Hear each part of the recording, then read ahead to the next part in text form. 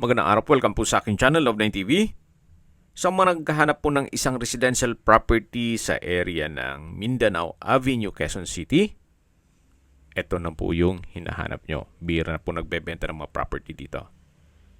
Ito pong bagong video presentation natin ay isang 240 square meters na meron pong old house.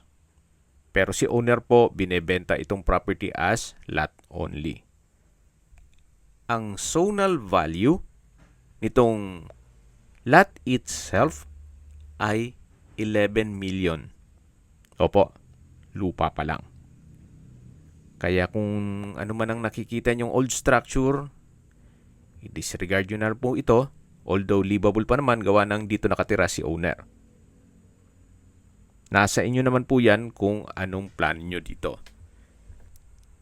Pwedeng pa-restore at okay pa naman ang structure, or pwede rin pa-demolish at pagawa nyo ng 3 butas na townhouse para maging income generating. Tungkol naman po sa dokumento nito, ito'y titulado, buhay po ang may-ari, kaya wala po kayong maging problema sa documentation o sa transfer ng title. Ang full video presentation po nito ay mapapanood nyo sa aking main YouTube channel na Love9 TV Official. Napaganda po ng lokasyon, ilang steps lang ay nasa Mindanao Avenue na po kayo at napakalapit po sa SM Cherry at mga hospital. Binebenta po ito ni owner sa halagang 12.8 million pesos.